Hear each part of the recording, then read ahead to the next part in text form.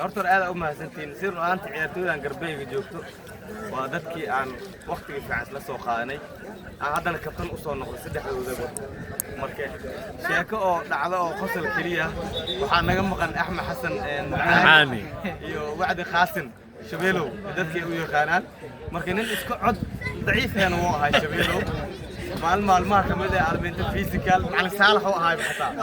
oo nasiiha qofku marka kubadda u baasto waa inaan magaciisa oo ugu yeertaa daadir inaad dhahdaa ama shakuur aala inaad dhahdaa ama Axmed Ciise inaad dhahdaa marka Shabeelow ku soo aaday macallinkana wuu xanaaqsanay macallin Saalax isbiirkiisa qoraxa ku shaqeynay baaskana waa la qaldaa in la saxo rabi wariya qofka aad kubadda u baasays u yeeraa leh Shabeelow wuu baasano macaani hal mar anaga dad waa qosol ku celuriya macallin Saalax marka loo macaani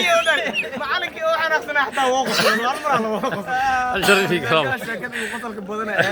marka Wacdi iyo Axmed Xasan waa naga maqanteen insha Allah soo gaari doona oo إن شاء الله شرفي كرام ما شاء الله. هادي